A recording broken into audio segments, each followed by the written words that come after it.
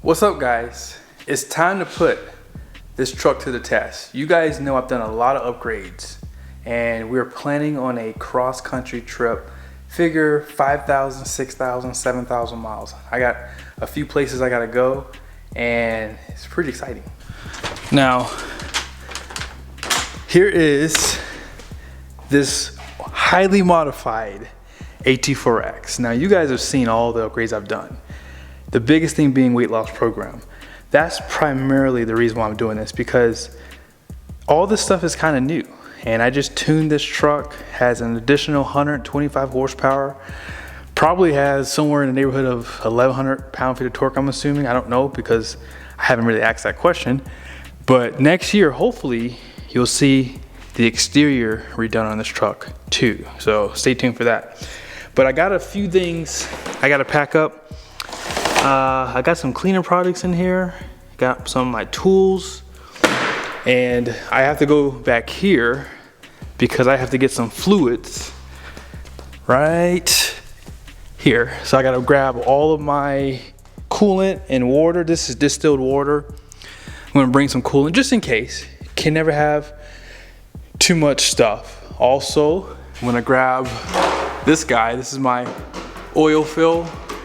So Josh and I just got done just yesterday getting the oil changed, and he helped me get that transmission pan from Banks in. Promo code down below if you want to purchase one. But real quick, let's go ahead and hop below. So there's that beauty. We just got done putting that in. I also added the AMS transmission ULV. So we'll see how this does on the trip. So videos coming soon on this guy. All the cooling, you see that little scooper? This thing has forced induction, guys, for cooling.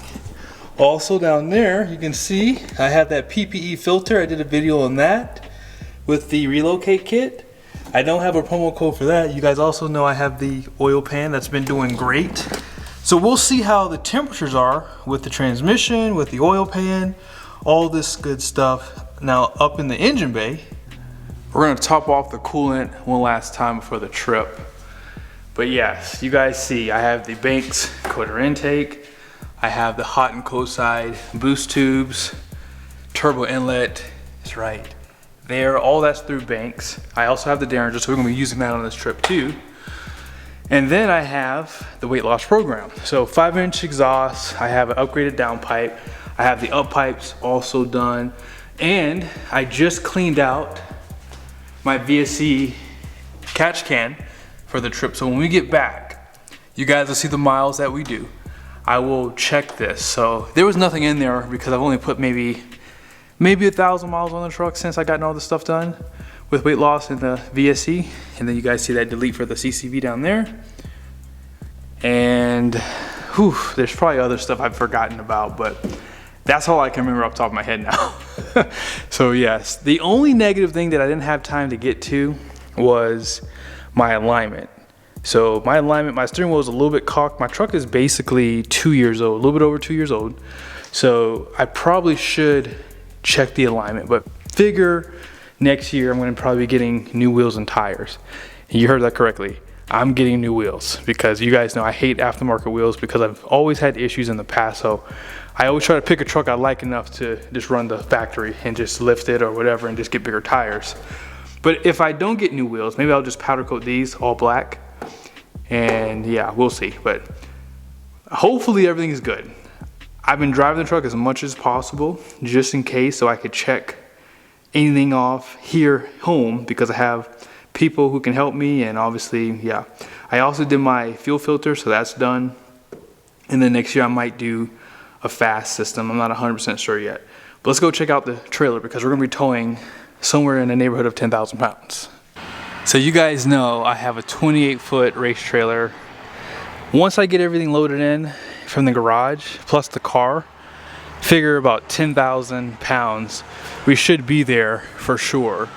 And I did actually buff my trailer because it was pretty bad. So I just did it really quickly. I also have new tires. I repacked the bearings, and I gotta do some videos on these Advanta tires because you've probably already seen a video on it. they gave me the wrong tires at the tire shop. But you know what? I want to run them and see how they do. Makes for good content. And inside the trailer, I got to remount this tire here. It's been my huge issue. It is what it is though. But yeah, we're going to fill all this up with my tools. And you guys see, I already have the car inside of the trailer. And figure I'm going to go to the cat scale to get all this weighed. And I'm going to have a bunch of stuff in the bed of the truck too. So I should be around 20,000 pounds. That's my goal, is to try to get as much weight as possible. But yeah, figure 20,000 pounds maybe, hopefully. And yes, we'll see how fuel economy goes. We'll see how reliability goes. I'm pretty nervous because this is a lot of stuff I've done to this truck, guys. How is it going to hold up?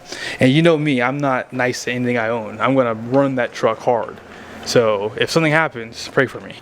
Now, most of you guys know that I have Insane Diesel's oil bypass on my truck, and I also use their engine oil as well. So we'll see how that works out. I did get an oil analysis on their other oil. So once I get that information back, we'll do a video on that. And then for this trip, we'll also do an oil analysis. So here's what I'll tell you.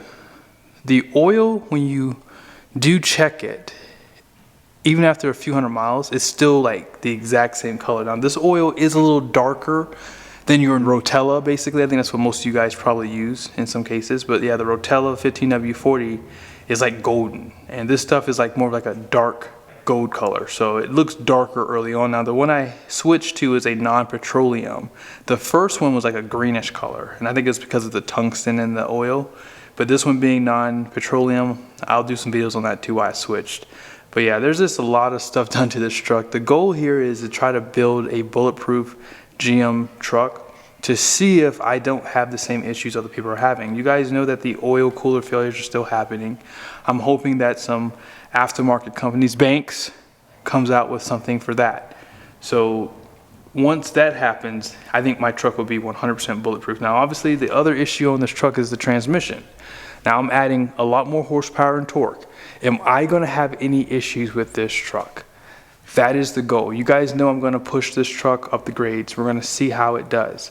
I really want to know if the AMS oil will make a difference. I tried to get the valve body from Next Gen.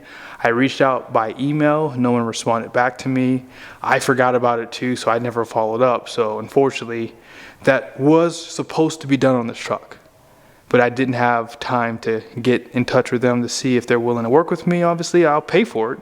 But I just wanted to have it done before I put this $200 worth of fluid in there. But now it's too late. So next year, we'll discuss bulletproofing or maybe just getting a whole new transmission for this truck. So let's do this. Tomorrow, I'm going to go through the cat scale, and then you guys will see pretty much what the truck and trailer weighed together. I was just under 19,000 pounds. So I was hoping to be around that 19.5 to 20K combined. So this is the gross combined weight. The rating for this truck is 27.5, and I'll show it to you guys here in a second. But you guys see the steer axle and the drive axle. If you add those, it's 10,560 pounds, which is the gross vehicle weight. So all in all, we are pretty heavy, and we are pretty close to the gross vehicle weight rating, because with my family, this is everything in the truck. Family, pretty much a full tank of fuel, and I do still have my DEF tank in there. I am going to be taking that out to clean it in the future, so stay tuned for that. Hopefully we get some canvas plugs, right? And then yeah, trailer axle is 8,400 pounds. So I'm going to show you guys something you haven't seen in a while.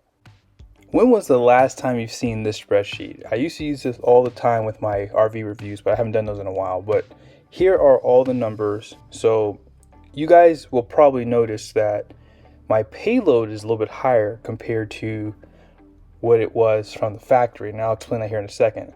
But I just took out the passenger weight and the cargo weight. Now, I did not get my truck weighed before hooking up to the trailer, simply because there's a bunch of stuff in the truck, and I should have probably weighed it 3 times, but I didn't have the time to do that, unfortunately. So figure everything in the bed, figure my family, including myself's weight, and the hitch weight is broken out. the gross vehicle weight is the 10,560 as you just saw. So that only leaves us with 790 pounds of payload. Now, the only number that doesn't match my door sticker is this number here, and obviously the curb weight, because I'm venturing to say, if you consider basically what I've taken off the truck, and as I said earlier, the only thing that's left is the DEF, I'm willing to bet you I'm probably going to drop somewhere in the neighborhood of 255 pounds. So if you take that 2997, I'll show you guys here really quickly. This is my actual payload on my door sticker. So if you subtract that number from what I have here, I'm venturing to say I've probably lost about 142 pounds. Figure the fluid that was, you know, obviously a part of those mission equipment too.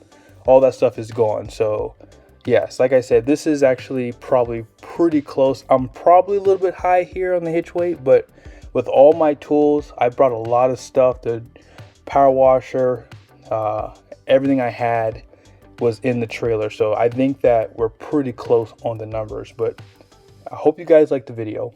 Be sure to subscribe to the channel so that way you don't miss any uploads. I'm not going to hold back anything. If something bad happens, I will tell you. If I can be completely honest with you, the only thing I'm really concerned about is my transmission. That's it. Apart from that, I think that the truck is pretty solid. You know, the oil's changed, and I've changed the oil pretty regularly since I've owned it. And yeah, my tires are pretty good. The only issue is the 10-speed. So how will that hold up with the extra power, and especially with this long of a drive too? So the transmission fluid that I added should help a little bit. But again, GM hasn't really given us any good news about this 10L1000. Have they fixed it for the 25 plus trucks? My truck being a 2024, oh, that scared me just now. I thought there was like fluid down there. I was like, what the heck? But no, that's not fluid. We're good. We're good. That's actually from when I did my fuel filter. So again, hope you guys liked the video. Be sure to subscribe to the channel. Make sure the notifications are on. See you guys soon.